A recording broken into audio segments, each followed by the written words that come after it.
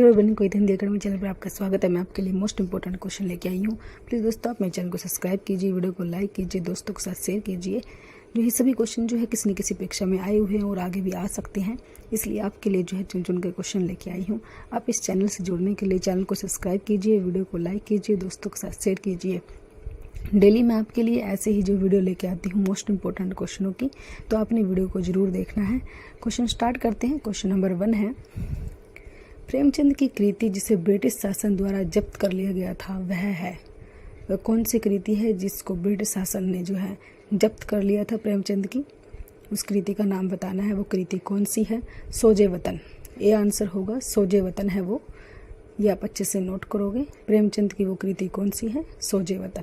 Question 2, Hindi का प्रथम गद्यकार है? बालकृष्ण भट्ट, लल्लू लाल, भारतेंदु हरिश्चंद्र, राजर्षि प्रसाद, सितारे हिंद। तो हिंदी का प्रथम गद्यकार बी होगा, लल्लू लाल जी हैं। हिंदी के प्रथम गद्यकार थे वो लल्लू लाल जी। इनकी एक रचना है प्रेम सागर, ये भी आप नोट करोगे। क्वेश्चन नंबर 3 है, दुलाई वाली किस विधा की रचना है? कहानी, रेखा चित्र, उपन्यास, संस्मरण। दुलाई वाली जो है रचना है उसकी विधा क्या है? विधा पूछी है तो ए होगा कहानी। कहानी उसकी विधा है दुलाई वाली। ये एक बंग महिला है, ये भी आप नोट करोगे। बंग महिला है दुलाई वाली, जो है बंग महिला है, ये आप अच्छे से नोट करोगे। दुलाई वाली, इनकी एक पहली कहानी है चंद्रदेव से मेरी बातें, ये भी आप नोट करोगे। इनकी पहली कहानी है, 1904 में लिखी गई थी। क्वेश्चन नंबर 4 है, ऐसा कवि जो तत्काल रचना करता है उसके लिए एक सही शब्द है? वो कौन सा कवि है जो है उसी समय जो है रचना करता हो? तो वो बी होगा, आंसू कवि। आंसू कवि है वो। क्वेश्चन नंबर 4 का बी आंसर। क्वेश्चन नंबर 5, नागरिक प्रचारणी सभा की स्थापना हुई थी? 1910, 1893, 1800, इनमें से कोई नहीं। तो नागरिक प्रचारणी सभा की स्थापना जो है कब हुई थी? क्वेश्चन नंबर 5 का राइट आंसर हमारा बी होगा, 1893 ईस्वी में हुई थी। इसके जो है ये वाराणसी में, ये भी आप नोट करोगे। नागरिक प्रचारणी सभा जो है वाराणसी से हुआ है, 1893 ईस्वी में इसकी स्थापना हुई है। क्वेश्चन नंबर 6 है, कन्नड़ का संबंध किस भाषा परिवार से है? आर्य भाषा परिवार, द्रविड़ भाषा परिवार, देव भाषा परिवार या भारोपीय परिवार? क्वेश्चन नंबर 6 का राइट आंसर है हमारा, कन्नड़ का संबंध जो है वो बी होगा, द्रविड़ भाषा परिवार से है। द्रविड़ भाषा परिवार से है। क्वेश्चन नंबर 7 है, अमरस क्या है? एक काव्य दोष है, एक संचारी भाव है, एक काव्य गुण है, एक अलंकार है। तो बी होगा आंसर, एक संचारी भाव है। अमरस जो है एक संचारी भाव, ये 33 होते हैं संचारी भाव, ये भी आप नोट करोगे। क्वेश्चन नंबर 8 है, इनमें से कौन सा अर्थालंकार का भेद नहीं है? उपमा, अतिशयोक्ति, रूपक, यमक। अर्थालंकार में कौन सा नहीं आता, ये बताना है। क्वेश्चन नंबर 8 का जो है सही आंसर है वो डी होगा, यमक। यमक जो है अर्थालंकार में नहीं आता, ये आप अच्छे से याद रखोगे। क्वेश्चन नंबर 9 है, जहाँ एक ही शब्द एक से अधिक बार आए तथा भिन्न भिन्न अर्थ हो वहाँ कौन सा अलंकार होता है? अनुप्रास, श्लेष, यमक या अर्थालंकार? तो वो कौन सा अलंकार होता है? क्वेश्चन नंबर 9 का सी आंसर होगा, यमक। यमक होता है वो अलंकार, ये आप अच्छे से याद रखोगे। क्वेश्चन नंबर 10 है, निम्नलिखित में से किस शब्द में गुण संधि है? गुण संधि किसमें है? हिमालय, इत्यादि, तल्लीन, देवेंद्र। गुण संधि डी आंसर होगा, देवेंद्र।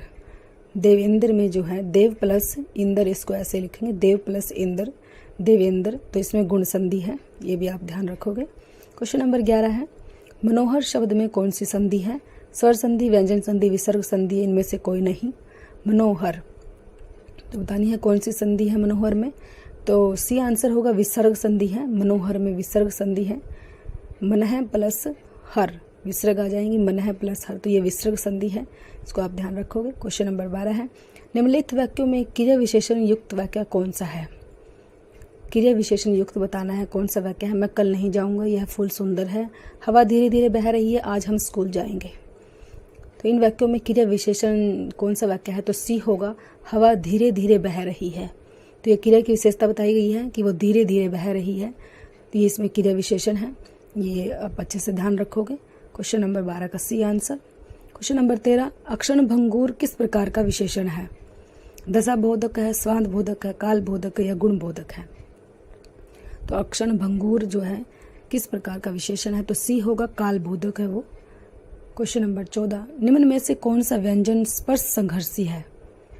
स्पर्श संघर्षी व्यंजन बताना है, कौन सा है? ज, र, है या श? क्वेश्चन नंबर 14 हमारा, तो स्पर्श संघर्षी ए होगा, ज। ज जो है वो स्पर्श संघर्षी है, ज।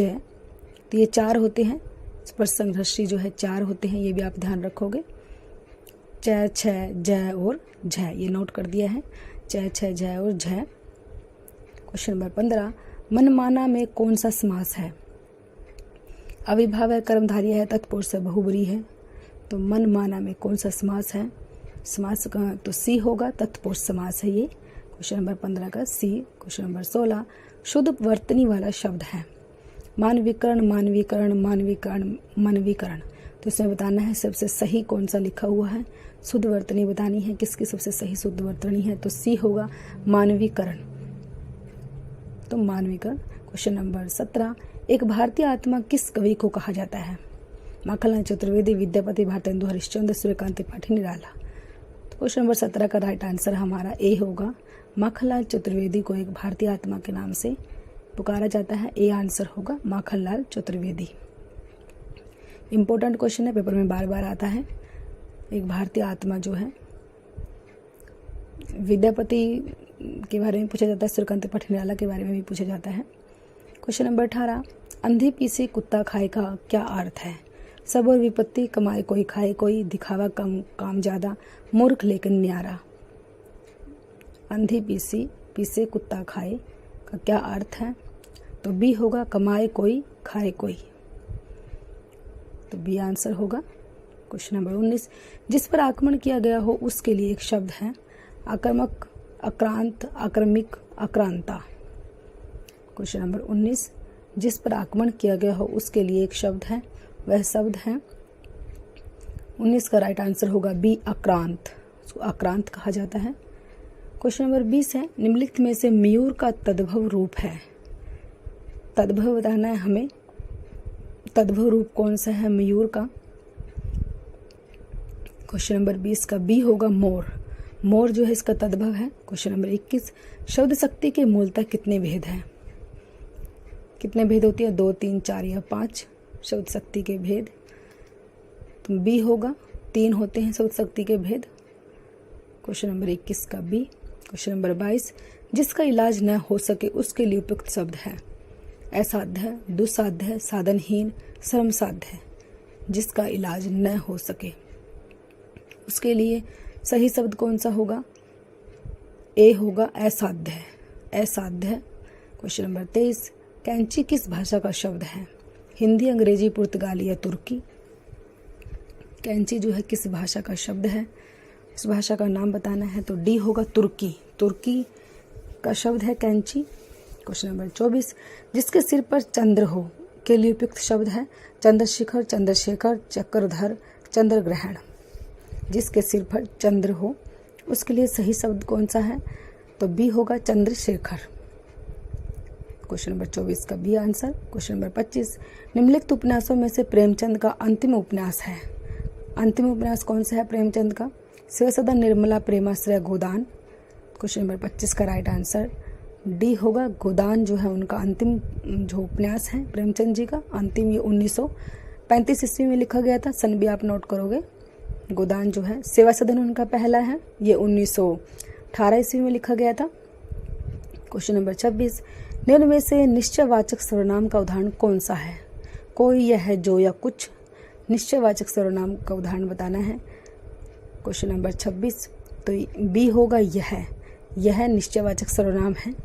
क्वेश्चन नंबर 27, अपभ्रंश की उत्तरकालीन अवस्था का नाम है। पाली, प्राकृत, संस्कृत या आवहट।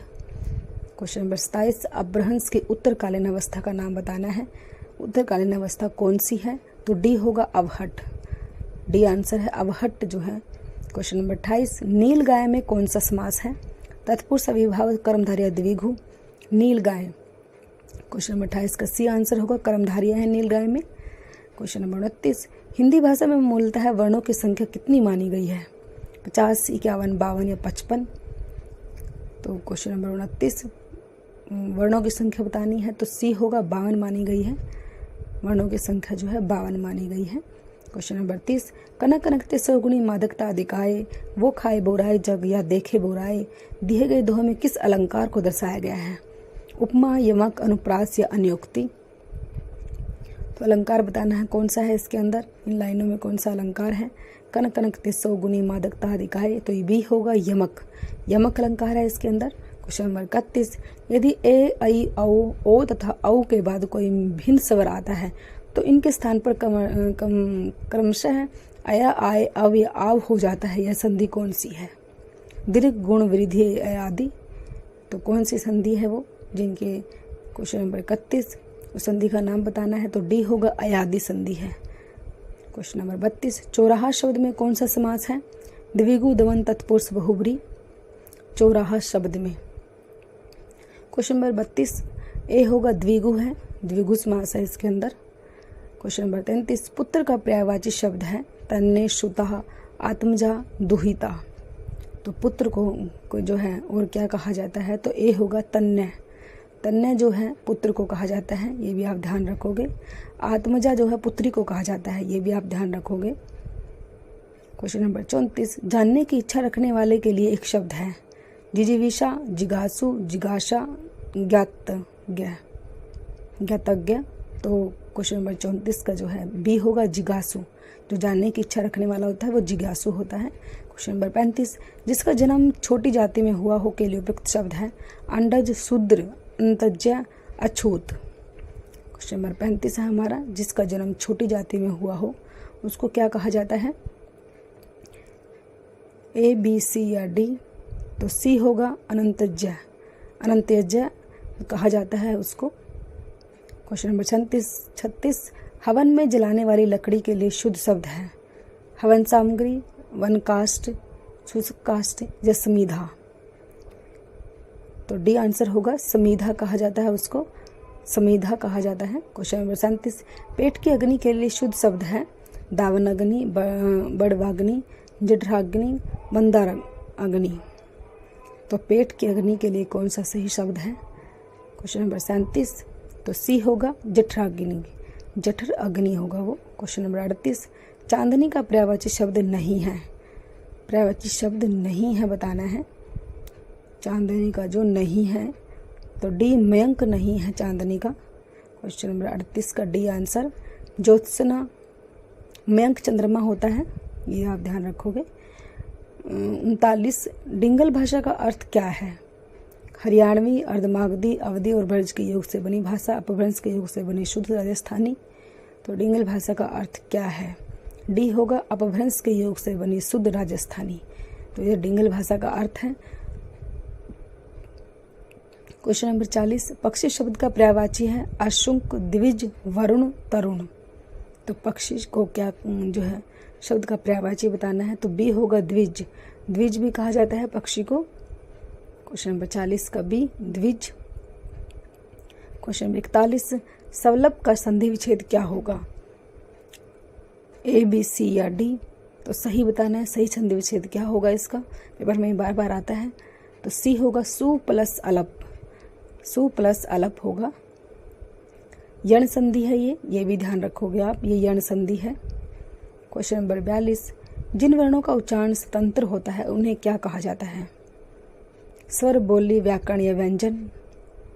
क्वेश्चन नंबर 42, जिन वर्णों का ए होगा स्वर कहा जाता है उनको, जिनका स्वतंत्र उच्चारण होता है उन्हें स्वर कहा जाता है। ये 11 होते हैं स्वर, ये भी नोट करोगे। क्वेश्चन नंबर 43, कलम का जादूगर किसे कहा जाता है?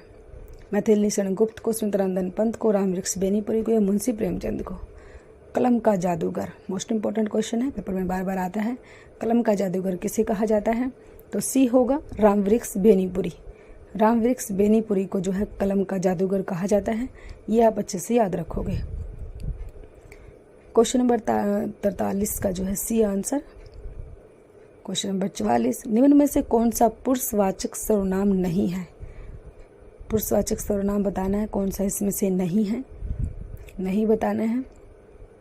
कौन वह, हम या तुम, तो एक कौन पुरुषवाचक नहीं है। क्वेश्चन नंबर 45, किसी शुभ कार्य को विधि विधान और श्रद्धापूर्वक करना क्या कहलाता है? प्रार्थना, अभ्यर्थना, अनुष्ठान। तो सी होगा, अनुष्ठान कहलाता है वो, अनुष्ठान। क्वेश्चन नंबर 46, निम्नलिखित में से कौन सा शब्द सूर्य का पर्यायवाची नहीं है? प्रभाकर, सुधाकर, दिनकर, दिनेश। तो सूर्य का पर्यायवाची नहीं बताना है, नहीं है इनमें से। 46, तो बी सुधाकर नहीं है सूर्य का पर्यायवाची, ये जो है चंद्रमा का है, ये ध्यान रखोगे आप। क्वेश्चन नंबर 47, जनार्दन किसका पर्यायवाची है? राम, कृष्ण, विष्णु या ब्रह्मा। जनार्दन जो है किसको कहा जाता है? तो सी होगा, विष्णु को कहा जाता है जनार्दन। क्वेश्चन नंबर 48, संभव है कि कल हमारा परिणाम निकलेगा, इस व्याख्या में क्रिया किस काल का बोध करा रही है? सामान्य भविष्य, सामान्य भूत, सामान्य संभाव्य भविष्य या अपूर्ण वर्तमान। तो क्वेश्चन नंबर 48 है हमारा, ये जो है सी आंसर होगा, संभाव्य भविष्यता का बोध करा रही है। क्वेश्चन नंबर 49, अतरंग का सही विलोम है? बहुरंग, बहिरंग, सबरंग, कुरंग। अतरंग का सही विलोम तो बी होगा, बहिरंग है। क्वेश्चन नंबर 50, निम्नलिखित में से कौन सा शब्द तत्सम नहीं है? तत्सम नहीं बताना है, तत्सम नहीं है। 50, क्वेश्चन नंबर 50, ए, बी, सी या डी।